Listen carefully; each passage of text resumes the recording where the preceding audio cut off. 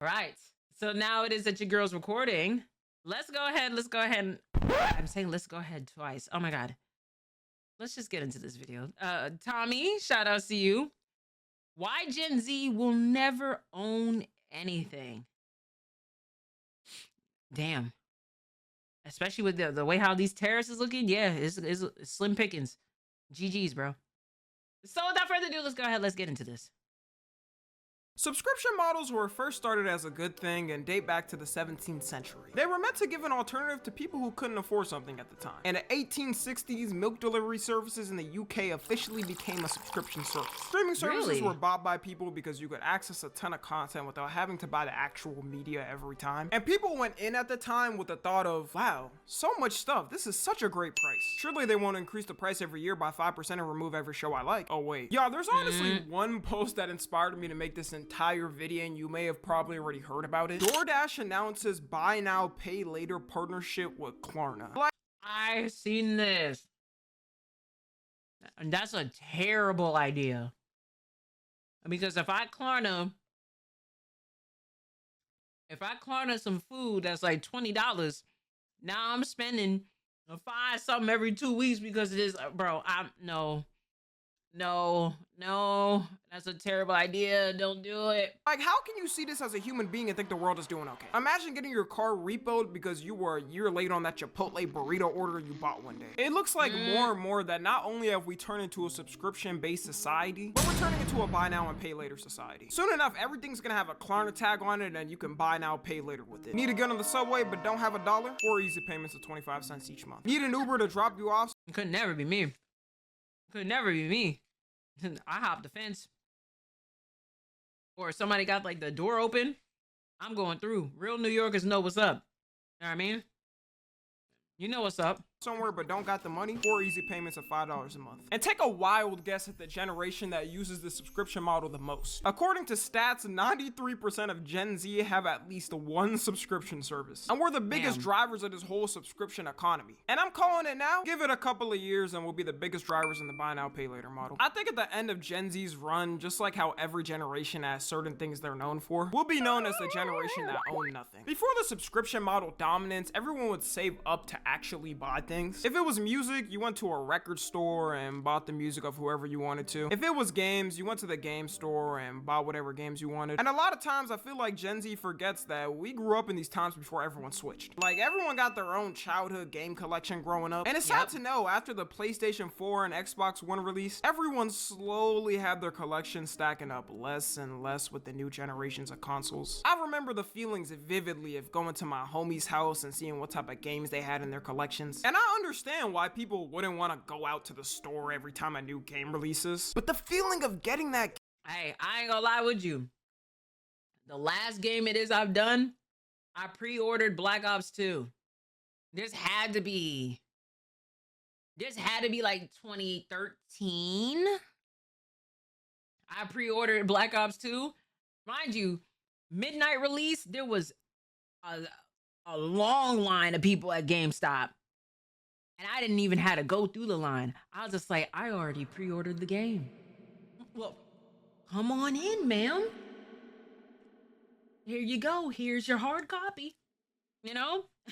Walked out of that bitch like, I'm about to go home and play this all night. Game and that saran wrap and the beautiful packaging, it was just better. And I never was one of the people that waited in line at midnight to get a game drop, but seeing the old videos, shit. I've done it. I've done it for sneaker releases.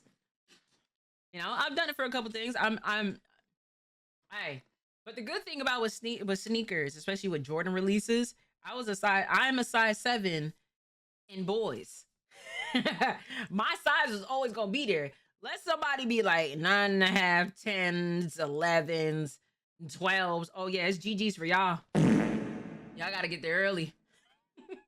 Those are people waiting for the new Call of Duty to drop or anything is so nostalgic. And people's first worries with digital content taking over for the next generations was that because you didn't physically own it, they could take it at any moment and there's nothing you could do. But everyone thought surely that would never happen. And that's too preposterous. How dare they? Until Sony tried it in 2023. Sony in 2023 announced it was going to remove Discovery Channel content for every PlayStation user's library because their licensing agreement was expiring. And the most interesting fact from this entire thing I learned is that Mythbusters has a game. I thought the Discovery Channel was just lions fighting and I didn't know they had something like that in their bag. And when they first announced it, you would think they would have at least told people whether or not they were getting refunds, but they had zero mention of it. So people got pissed off the fact that they were gonna take away the games people bought and not give them a refund. They announced a couple weeks after that they're reversing the decision and managed to update the licensing arrangements. But if they were able to update it so fast, then why the didn't they do that in the first place? It's looking like Sony was testing the waters to see what they could get away with at first. And I think things like this is a big part, and when people talk about Gen Z is the generation that will never own anything. No matter how annoying getting a physical copy will get, at least you know you 100% own it. And if Sony could—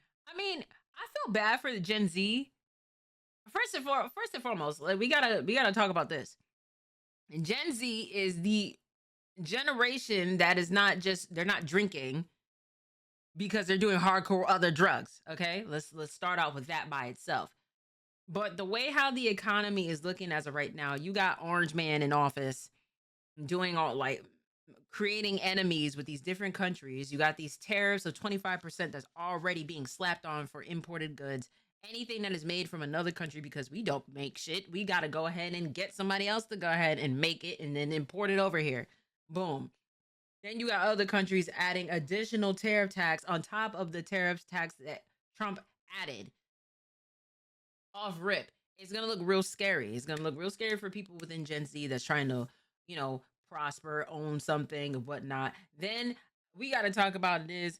The younger generations out here losing their fucking mind. They're doing all different types of drugs and whatnot. They don't have the level of attention span like what it is us millennials have had before, because we was outside actually having fun. They don't know what that experience is like. They don't know what that experience is of talking to people, you know, without having to use cryptic type of wordings. And then, of course, you got dating. Dating, as of right now, already had shit in the pool anyway. But then now you're going to make it worse because everybody's just so much of just like, oh, I want to be able to do this, but just as friends. I want to do this as friends. Nobody wants to go ahead and be vulnerable and be intuitive with their emotions and stuff like that. So you're doing stupid shit like this.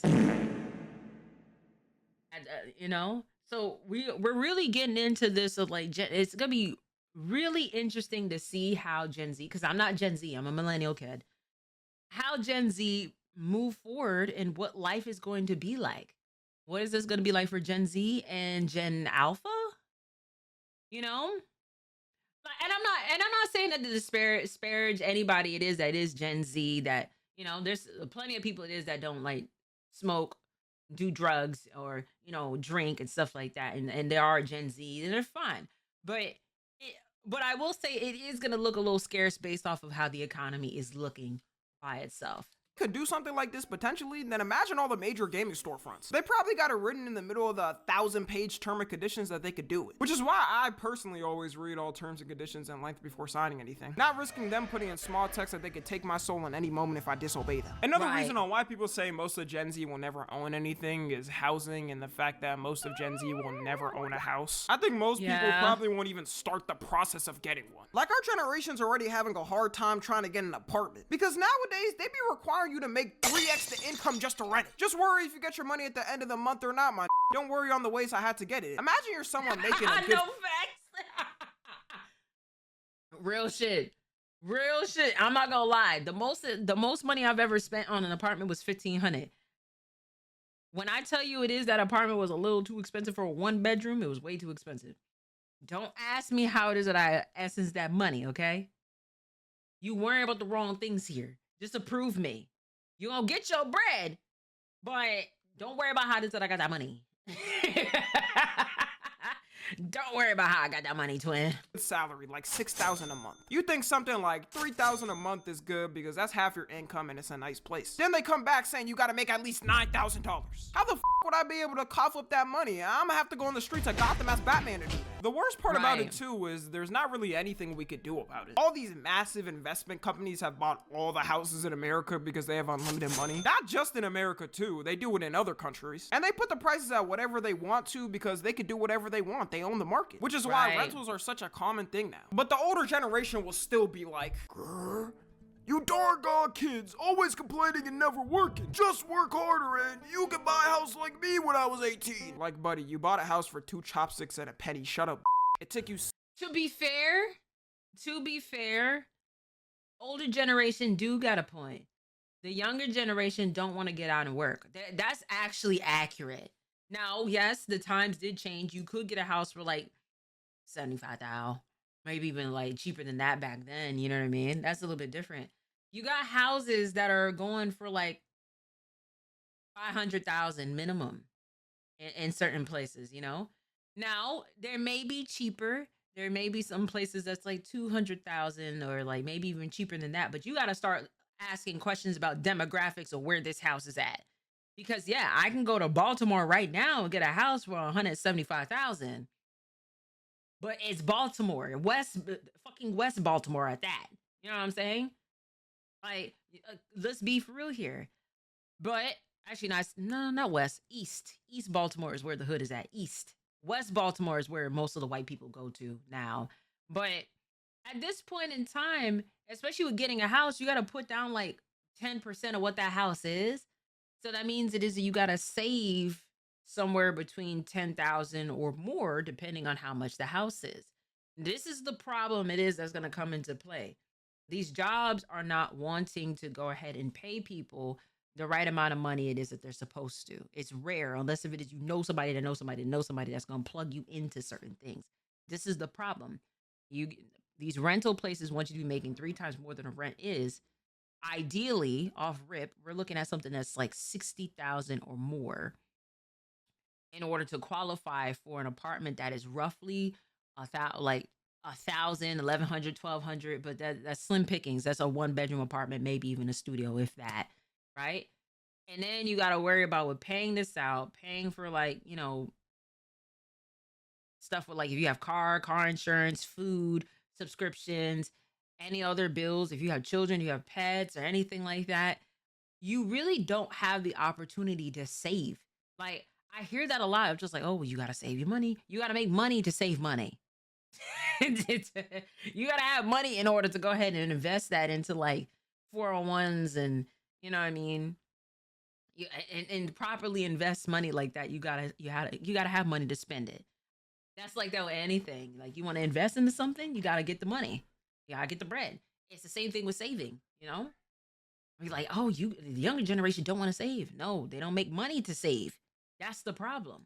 6 months of working at McDonald's to put a down payment on that house. It's crazy to me how the older generation still doesn't understand how much of a struggle it is to grow up in this time. They only started to realize after COVID hit and things started affecting them. The older they get, the less and less they want to listen though. And a lot of Gen Z will 100% follow what the older generation says, which I think is a big problem for us. The older generation is right on certain things, but other things, not so much. Correct. Like, for example, there are a lot of lazy that just sit down and scroll on TikTok all day and just goon the OF girls and don't even try to find a job because they think things are so cooked that it's not worth even trying. And our generation also definitely doesn't handle confrontations well. But what they're 100% wrong on is the old system laid out for success. Like, in their time period, the things they're advocating for, yes, you could go to college, come out with your degree, and be guaranteed a nice cozy office job with benefits 99% of the time. But nowadays, you gotta be Spartan fighting with your peers on LinkedIn just to be able to apply for a job. You gotta be pulling. I never use LinkedIn to apply for a job. Honestly,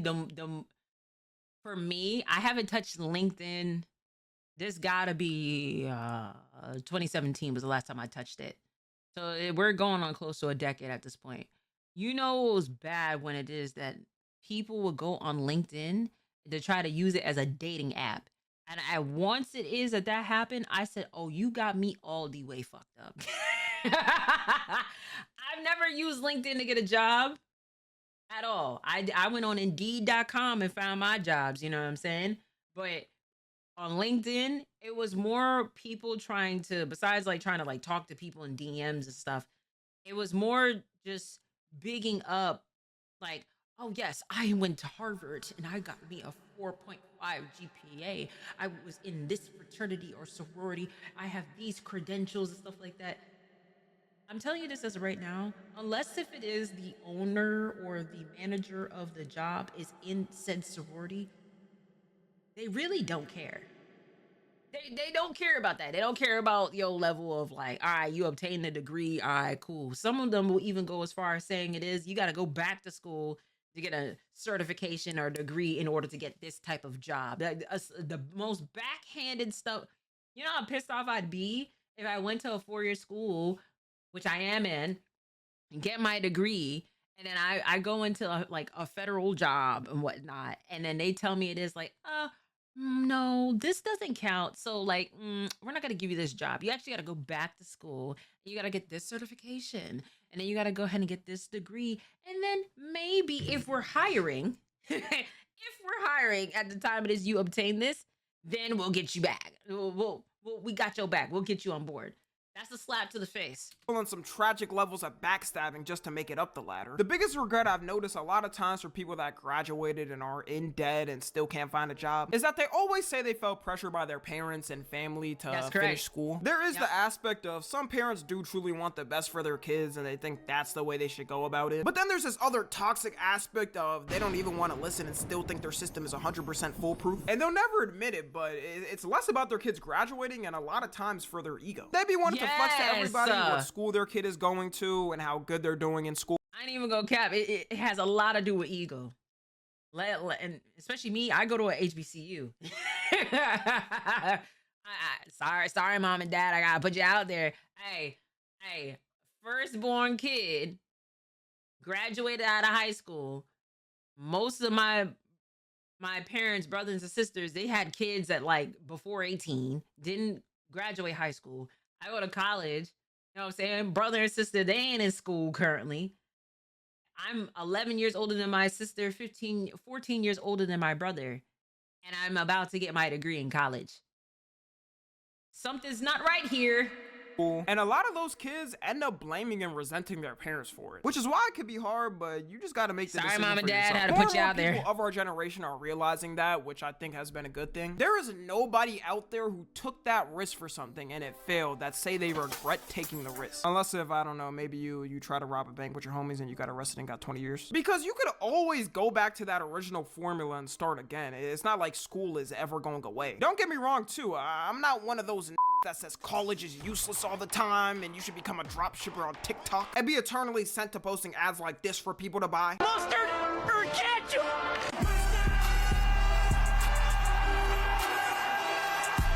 I'm not gonna say college is a waste of time.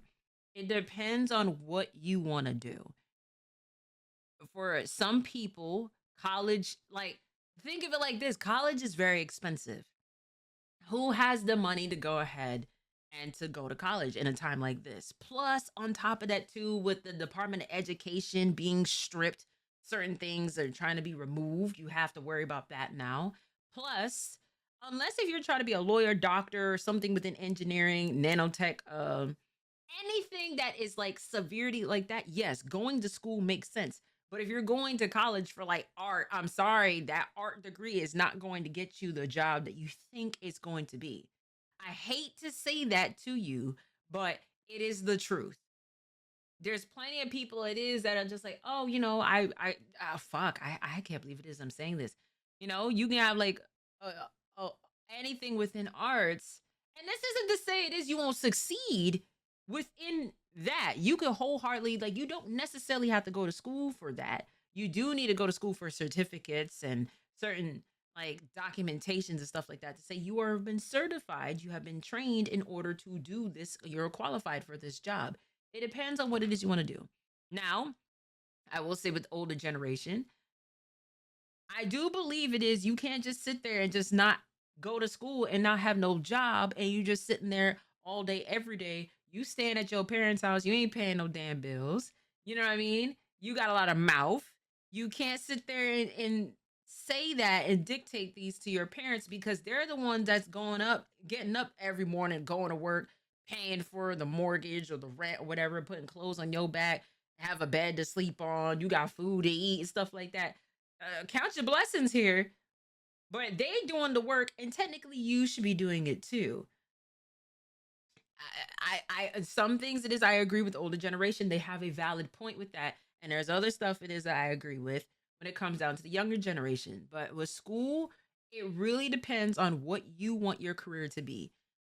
My advice to anybody it is that's trying to go to college or not too sure about with this, do not go to school and be undecided, or you don't know fully what you want to do just yet. You're going to waste a lot of time, a lot of credits. If you transfer to another school, they may not even take your credits. You know what I'm saying? Figure out what you want. Figure it out first, okay? Figure that out and then you'll be okay. But something the older generations don't acknowledge is the amount of ways you can earn money nowadays. Everyone knows there's like a million ways you can make money online. Half of Gen Z is also quick money, Uber though. drivers and Door Dashers instead of even having a traditional job, which you can have pretty much zero education to do. Some of these people are high school dropouts and make more doing those jobs than a college grad. Don't drop out of high school though.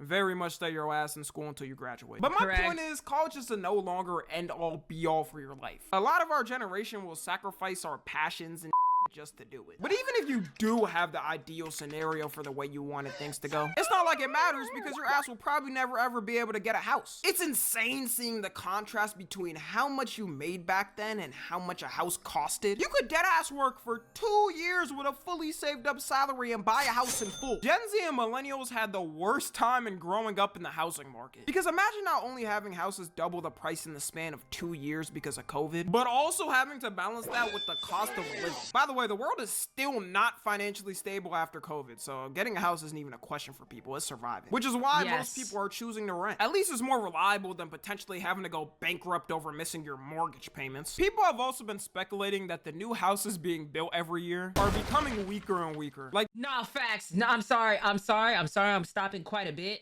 I'm sorry. I am sorry, but that is God honest truth.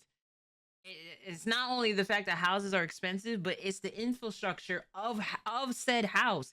How is it? I'm sorry, Texas, I'm gonna call you the fuck out because I gotta talk about it right now. How is it that y'all will have highways being in construction for over a decade, but you could build a house through fucking wood in a month? How? And plus, now Texas is now getting cold weather.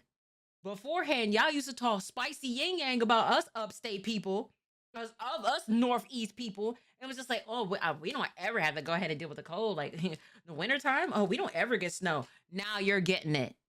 And what's even worse, you got to go ahead and do all this extra stuff to make sure that your pipes don't freeze. You don't have the infrastructure for it. Now you're in this house, you paying the mortgage. You can't miss out on mortgage payments.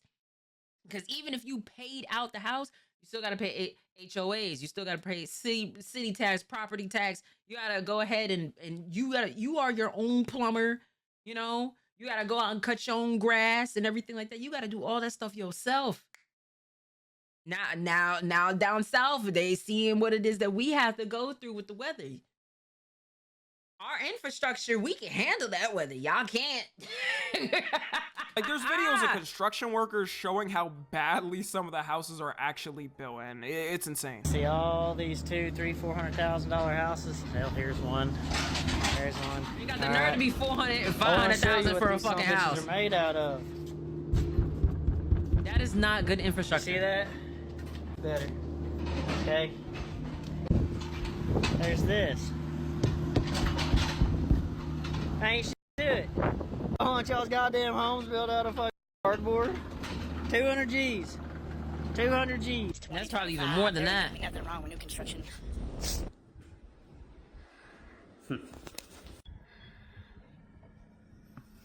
Let there be too much wind and y'all screwed.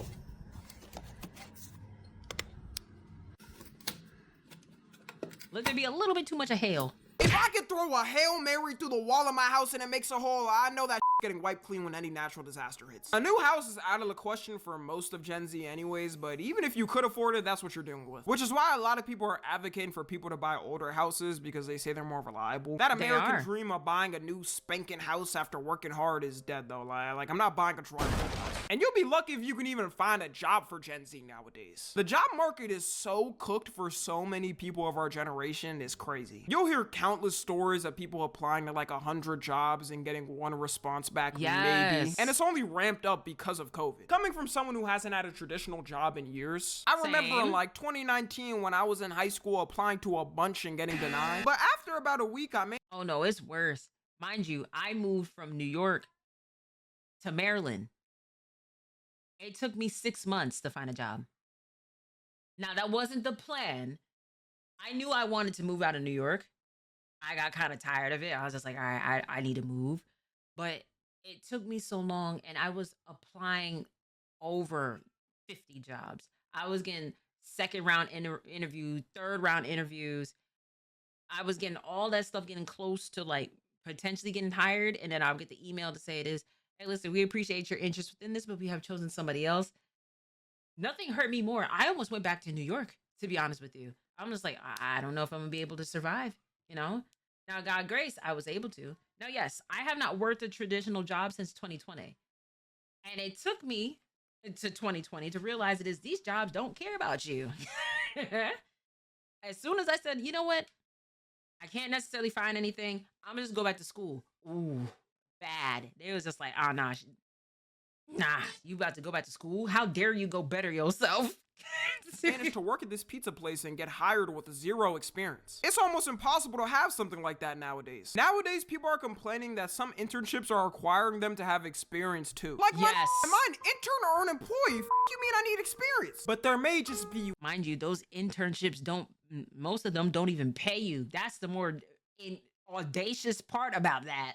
one beacon of hope for Gen Z. Hustlers University. Nah, I'm just kidding. Over the next 20 years, Gen Z and millennials are supposed to have the biggest wealth transfer of all time. It's estimated that $84 trillion of assets are going to be passed down from the older generations to us. And that's accounting everybody 40 and below. According to the new updated terms of being UNC status by the internet, though, if you're over the age of 20 years old now, you're too old and you won't qualify. This is all counting, though, if your family does have assets they could actually pass down, which a majority of people might have, like a car and maybe their parents' house. But if they're still paying for that, yeah, you better run away or you're gonna have to take over their mortgage payments. Or if your family even likes you for real, they could just spend their last money on like some nice ass jewelry and die with the drip as a last A lot of this really won't matter though, because since everything is still going up, that money's probably going to be worth 1/3 of what it should actually be worth. The sad thing about all of this is we all know the system is taking place in front of our eyes and we can't do anything about it. We know the politicians will sell us out with a couple of donos on the table, and the companies can keep doing it as long as it's like that. The only way this changes is when those older generations die off and the younger ones take over, is that we become the heroes and fix all issues, which will definitely happen for sure, because we're the most caring generation and always listen to each other with open minds. We'll have like 5 solid years before we bankrupt the world. Anyways, that's gonna wrap it up. I don't want to give everybody a doomer mindset, you know, like there is still hope for things. Things have already changed with time compared to the past. Like we've gotten way better at a lot of stuff. So don't worry everyone, have hope. We got Elon Musk running around with a chainsaw in the White House. Surely he'll do something. Follow me on Twitter, Instagram, and TikTok. As always, I love you guys consensually. And until next time,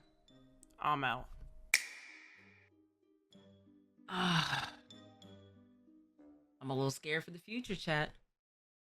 I am a little concerned of what the future is gonna look like for us, you know? On God, we bankrupt and everything. Bro, the economy is so bad right now, bro. It's so bad. We're so cooked. We've been cooked once this orange peel got back in office. But yeah, it's getting a little scary. But Tommy, shout outs to you. Thank you so much for the video. Shout outs to y'all in the chat. Shout outs to you at home, and I'll catch y'all in the next video. Oh, chosen trickster.